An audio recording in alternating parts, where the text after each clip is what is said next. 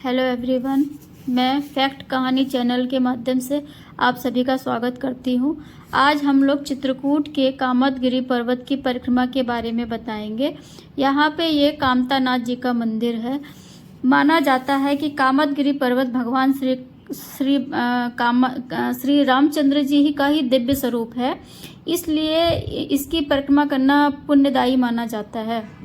इस पर्वत की लंबाई लगभग 5 किलोमीटर है और सभी लोग नंगे पैर इसकी परिक्रमा शुरू करते हैं। इस मंदिर में पहले लोग धूप दिया जला के और संकल्प लेके तब अपने परिक्रमा की शुरुआत करते हैं।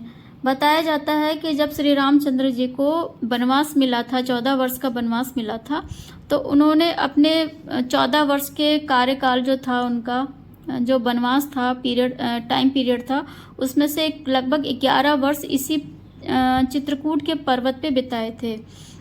इसीलिए इसकी विशेष महत्व है। इस जगह का बहुत ही महत्व है। लोग नंगे पैर ही इस जो कामदगिरि पर्वत है उसकी परिक्रमा करते हैं। और आगे इस कामदगिरि के जो परिक्रमा मार्ग में बहुत सारे छोटे बड़े बहुत सारे मंदिर हैं। इसमें से एक ये मंदिर है, राम जानकी मंदिर है। यहाँ पे बताया जाता है कि यहाँ रामचंद्र जी और सीता जी की यहीं पे वो रहते थे और यहीं पे वो लोग अपना रहते थे, तो उसी जगह पे ये मंदिर राम सीता जी का मंदिर बनाया गया है। और पंडित जी ऐसा बता रहे थे कि बालकांड के जो 1-2 अध्याय थे वो यहाँ पे भी लिखे गए थे। कुछ तो शायद वाराणसी में लिखे गए थे, बाकी 1-2 अध्याय शायद यहाँ भी लिखे गए थे, ऐसे पंडित जी बता रहे थे। मंदिर काफ़ी मेंटेन था, काफ़ी अच्छा था, छोटा सा लेकिन साफ़ सुथरा अच्छा सा मंदिर था।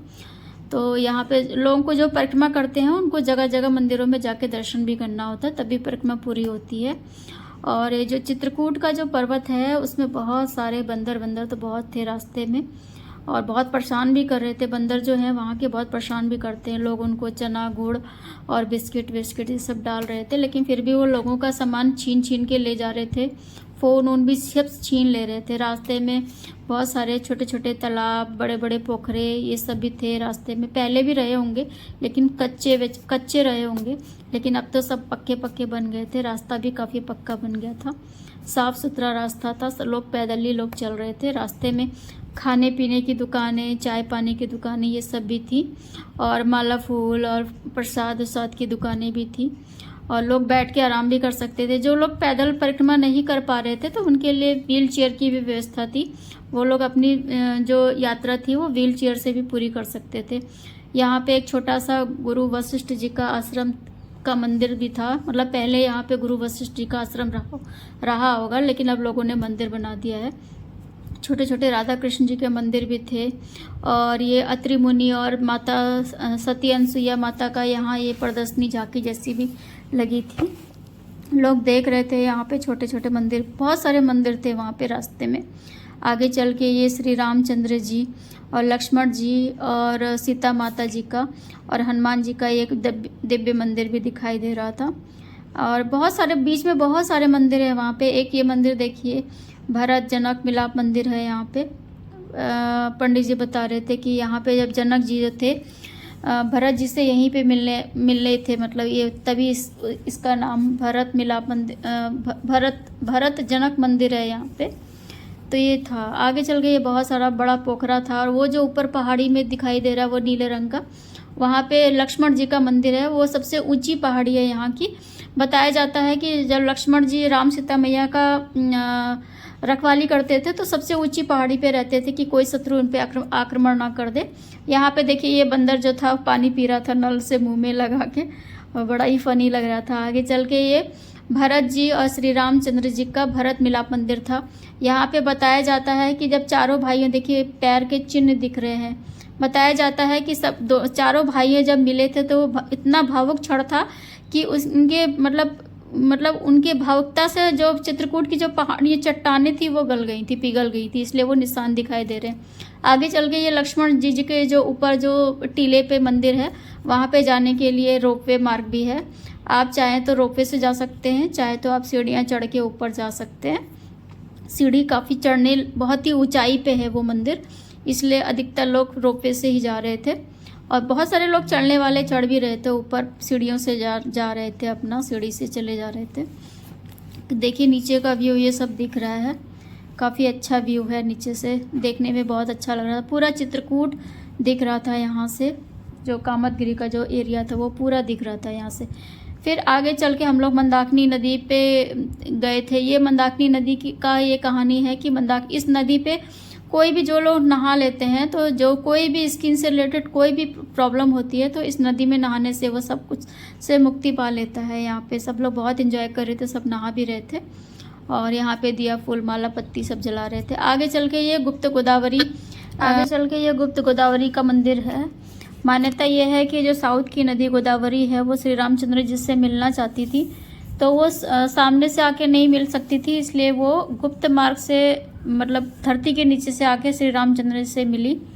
ये देखिए गुप्त गोदावरी के अंदर का है। इसमें ये माता सीता का मंदिर है। इसमें माता सीता एक बार नहा रही थी तो उनको चमगादड़ ने देख लिया, तो उन्होंने चमगादड़ को श्राप दे दिया कि तुमको रात में आज के बाद नहीं रात में तुम देख पाओगे, दिन में तुम नहीं देख पाओगे। इसीलिए देखिए वो ऊपर लेटे हुए हैं। यहाँ पे देखिए गुप्त गोदावरी जो नदी है ये यहाँ का उद्गम स्थल है। वो चट्टानों के नीचे से ही आती हैं और यहीं से मिल के वो श्री रामचंद्र जी से कहाँ विलुप्त हो जाती हैं कुछ पता ही नहीं चलता। आगे बाहर ये पानी आपको थोड़ा बहुत दिखाई देगा, फिर आगे वो पानी कहीं कहाँ चला जाता है पता नहीं। और ये देखिए पूरा ये यहाँ पे चट्टान के अंदर पूरा ये राम दरबार था पहले। यहाँ पे बताया जाता है कि इसके अंदर ही राम दरबार लगता था और श्री रामचंद्र जी यहीं पे बैठ के सब अपनी जो रणनीति थी वो बनाते थे। देखिए अंदर काफ़ी नमी का एरिया है, फिसलन का एरिया है। और आगे चल के देखिए हम आपको हनुमान धारा हम लोग दर्शन करने गए, ये वहाँ का व्यू है।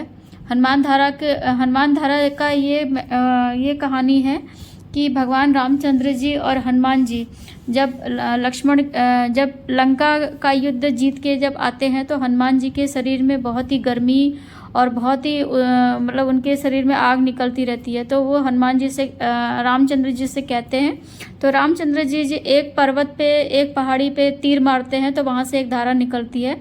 तो हनुमान जी उसी धारा के नीचे बैठ के अपने शरीर की जो भी गर्मी थी उसको शांत करते हुए हैं, लेटे हुए रहते हैं। वो धारा जो है उनके ऊपर गिरती है, उसी से वो अपने शरीर को ठंडक करते हैं। और ये जो वहाँ का मंदिर है देखिए, वहाँ फ़ोटो खींचना अलाउ नहीं है उस मंदिर के अंदर। और इस मंदिर में ये भी मान्यता है जो धारा निकलती है वो पानी भी कहाँ जाता है चमत्कारी है कि मतलब वो पानी नीचे आपको कहीं भी नहीं दिखाई देगा। ये देखिए नीचे पूरा व्यू, ऊपर से काफ़ी ऊंचे पे ये मंदिर है इसलिए व्यू वहाँ का दिख रहा है। और मतलब यहाँ जाने के लिए आप रोपवे के द्वारा भी ऊपर जा सकते हैं और सीढ़ियों के माध्यम से ऊपर जा सकते हैं। सीढ़ियों के द्वारा तो काफ़ी टफ है, काफ़ी क्योंकि बहुत ऊंचाई पे है, इसलिए रोपवे से ही आपको ज़्यादा अच्छा रहेगा।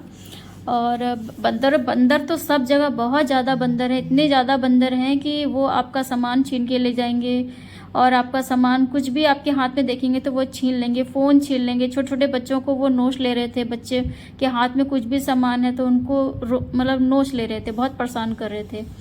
तो ये सब थी हम लोगों का चित्रकूट का विज़िट था। अगर आपको ये सब चीज़ पसंद आई हो, कुछ भी वीडियो इन्फॉर्मेटिव लगा हो तो आप मेरे चैनल को लाइक करिएगा, सब्सक्राइब करिएगा और इसको शेयर भी करिएगा। ये मेरा फर्स्ट ब्लॉग था इसलिए मैं बहुत अच्छा ब्लॉगिंग नहीं कर पाई, लेकिन आई होप कि आप लोगों को पसंद आया होगा। और ये देखिए हनुमान धारा जी का मंदिर दिखाई दे रहा है।